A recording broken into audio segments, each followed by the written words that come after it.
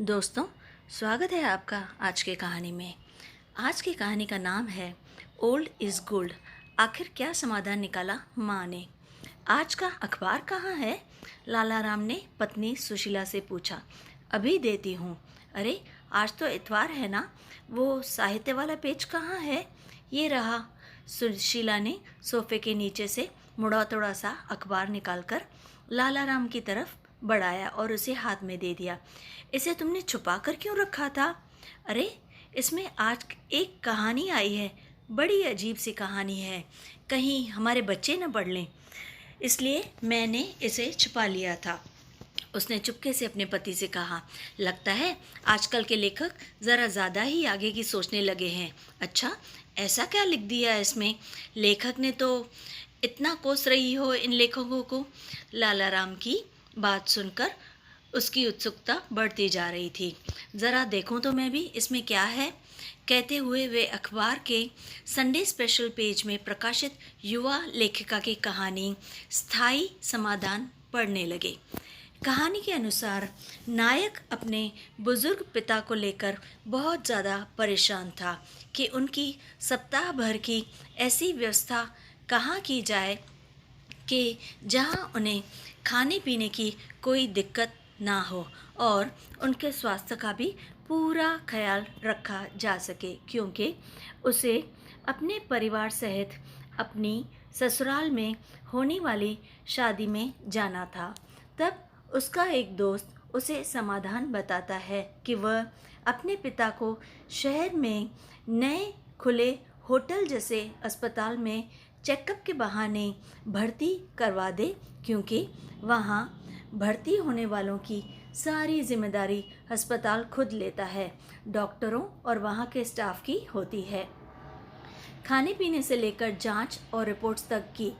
नायक को दोस्त का यह सुझाव बहुत पसंद आया। उसने सोचा, मैं भी ऐसा ही क्यों न करूं। एक ही बार में लालाराम पूरी कहानी पढ़ गए। सुशीला इस दौरान उनके चेहरे पर आते जाते भावों को पढ़ रही थी। चेहरे पर प्रशंसा के भावों के साथ जब उन्होंने अखबार समेटा तो सुशीला को आश्चर्य हुआ। बिल्कुल सही और व्यवहारिक समाधान है सुझाया है इस लेखिका ने। लाला राम ने ऐसा कहा और उस कहानी पर अपनी प्रतिक्रिया दी। क्या खाक सही सुझाया है? अरे, ऐसे भी कोई करता है क्या अपने वृद्ध पिता के साथ? तो तुम ही बताओ, ऐसे में उसे क्या करना चाहिए था? क्या वो शादी पर ना जाए या कुछ और सोचे?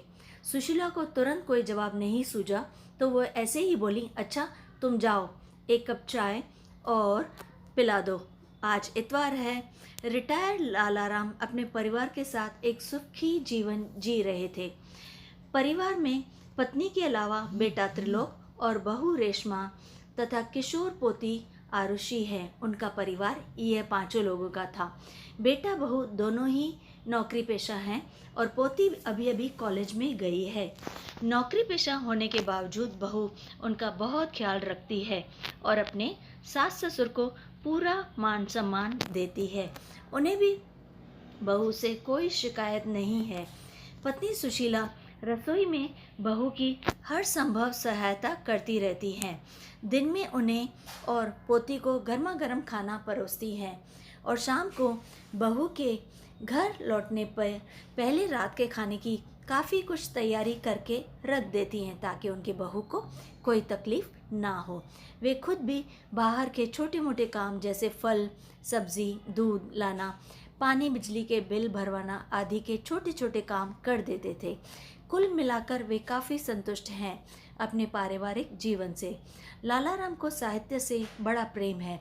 रोज़ 2 घंटे नियम से अच्छी साहित्यिक पुस्तकें पढ़ना उनकी दिनचर्या में शामिल है। रविवार को कॉलेज ऑफिस में छुट्टी होने के कारण घर में सब देर तक सोते रहते हैं, इसलिए लालाराम और सुशीला आराम से बाहर बालकनी में बैठकर साथ में सुबह की ताज़ी हवा का आनंद लेते हैं और देर तक अखबार पढ़ते रहते हैं और चाय पीते रहते हैं। समाचारों पर चर्चा करते हैं और चाय की चुस्कियाँ तो लेते ही हैं। कभी कभी किसी न्यूज़ को लेकर दोनों के विचार नहीं मिलते तो वह चर्चा बहस में तब्दील हो जाती है। तब लालाराम को ही हथियार डालने पड़ते हैं अपनी पत्नी के आगे। सुशीला चाय बनाने जा रही थी कि बेटे ने ज़ोर से आवाज़ लगाई और अपनी माँ को बुलाया। माँ, चाय हमारे लिए भी बना लेना, बहू भी उठकर आ गई है। सब गपशप करते हुए चाय पी रहे थे, मगर सुशीला अपने बेटे बहू का चेहरा पढ़ने की कोशिश कर रही थी।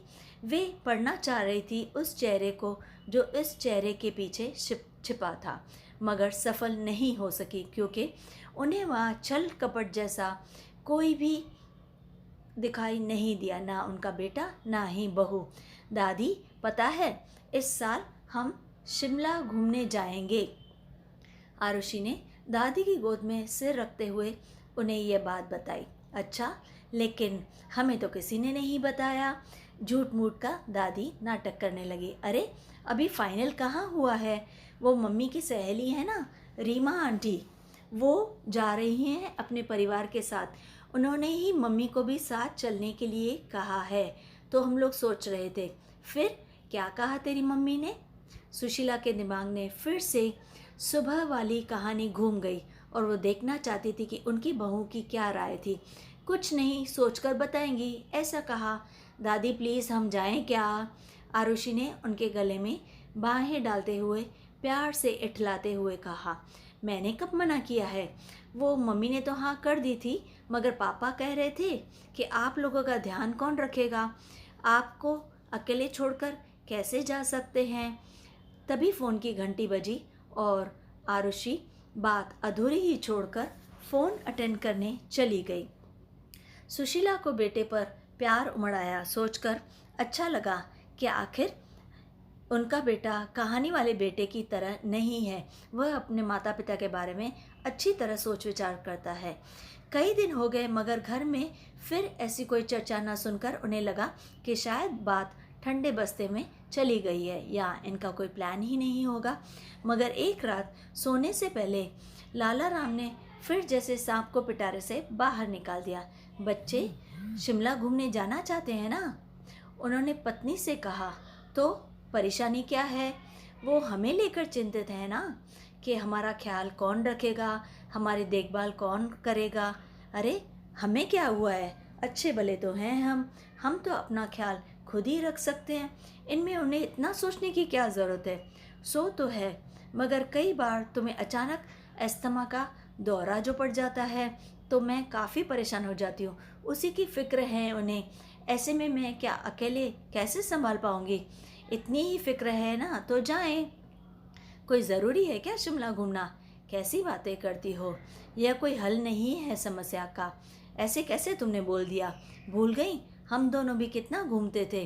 त्रिलोक को कहाँ नहीं ले जाते थे, हर जगह उसे घुमाने लेके जाते, माँ बाबूजी के पास ही छोड़ जाते थे अक्सर। अब इनका भी तो मन करता होगा अकेले कुछ दिन साथ बिताने का, कहीं ना कहीं अपने बेटे के साथ घूमने जाने का। सुनो, एक काम करते हैं, कुछ दिनों के लिए तुम्हारी बहन के यहाँ चलते हैं। कई बार उसने अपने यहाँ बुलाया है और इसी बहाने हमारा भी कुछ चेंज हो जाएगा। बोलो, क्या कहती हो तुम? लाला राम ने समस्या के समाधान की दिशा में सोचते हुए सुझाव दिया। नहीं, इस उम्र में मुझे किसी के भी घर जाना पसंद नहीं है, सुशीला ने उल्टा जवाब दिया। वो तुम्हारी अपनी बहन है, फिर भी हर घर के अपने नियम कायदे होते हैं और वहाँ रहने वालों को उनका पालन करना ही होता है। सब कुछ उन्हीं के हिसाब से करो। बंद जाते हैं कहीं भी जाकर। मुझे तो बिल्कुल भी अच्छा नहीं लगता किसी दूसरे के घर जाकर। अपना घर अपना ही होता है। जहाँ जाओ छीको, जहाँ मर्जी खांसो, जब चाहो सो, जब मन करे उठो। सुशीला ने पति का प्रस्ताव सिरे से नकार दिया। लाला राम अपनी जवानी के दिन याद करने लगे। हर साल गर्मी में उनके 3-4 दोस्त परिवार सहित हिल स्टेशन पर घूमने जाने का प्रोग्राम बना लेते थे। त्रिलोक जब छोटा था, वे उसे कभी उसके दादा दादी और कभी नाना नानी के पास छोड़कर जाते थे, क्योंकि छोटे बच्चे पहाड़ों पर पैदल ज़्यादा नहीं चल सकते थे और उन्हें गोद में लेकर वे खुद नहीं चल सकते थे। इसलिए उन्हें ऐसा सही लगता था और ऐसे में माता पिता और बच्चे दोनों ही मौज मस्ती नहीं कर पाते हैं। साथ ही बच्चों के बीमार होने का भी डर लगा रहता था। अपना समस्या का उन्हें यही सटीक समाधान सूझता था और वे हर बार त्रिलोक को दादी या नानी के पास छोड़ जाते थे। सुशीला भी शायद यही सब कुछ सोच रही थी।